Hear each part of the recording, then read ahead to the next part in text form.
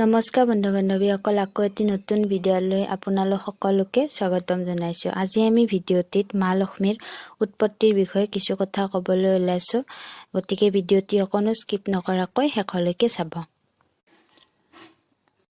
মা লক্ষ্মীৰ জন্ম বৃত্তান্ত ক'বলৈ যোৱাৰ আগত আমি ক'ব পাৰোঁ যে মা লক্ষ্মীৰ উৎপত্তি হৈছে ভগৱান নাৰায়ণৰ পত্নী হিচাপে। কিন্তু ভাৰতীয় বিভিন্ন পুৰাণৰ পৰা দেৱী লক্ষ্মীৰ জন্ম সম্পৰ্কে বিভিন্ন কথা জানিব পৰা যায়।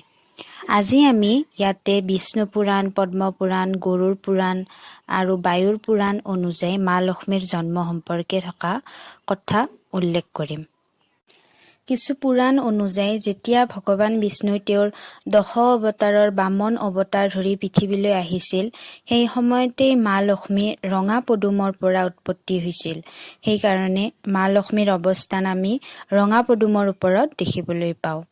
আনহাতে অইন পুৰাণৰ পৰা এনেভাৱেও জনা যায় যে ভগৱান বিষ্ণু যেতিয়া ত্ৰেতা যুগত ৰামৰূপে জন্মগ্ৰহণ কৰিছিল, তেতিয়া তেওঁৰ পত্নীৰূপে লক্ষ্মী দেৱী সীতা নামেৰে জন্মগ্ৰহণ কৰিছিল।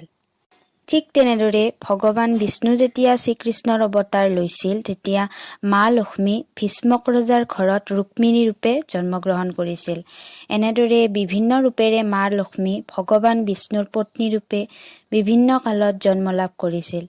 দেৱী লক্ষ্মীৰ ভগৱান শ্ৰীহৰিৰ বুকুৰ মাজত অৱস্থান কৰে, সেয়েহে তেওঁৰ নাম হৰিপ্ৰিয়া। দেৱী লক্ষ্মীৰ অৱস্থান আমি পদুম ফুলত, বেলৰ পাতত, হাতীৰ কপালত, মানুহৰ আঙুলিৰ শীৰ্ষভাগত আৰু গোমাতাৰ পিছভাগত দেখিবলৈ পাওঁ।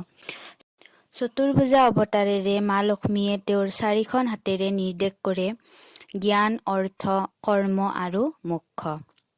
সৌভাগ্য, সম্পদ আৰু ঐশ্বৰ্যৰ দেৱী মা লক্ষ্মীক শুদ্ধ মনেৰে, শুদ্ধ বস্ত্ৰেৰে ভক্তিভাৱে পূজা কৰিলে তেওঁ ভক্তৰ ৰূপত ভক্তৰ ঘৰত স্থায়ীভাৱে প্ৰতিস্থাপিত হয়।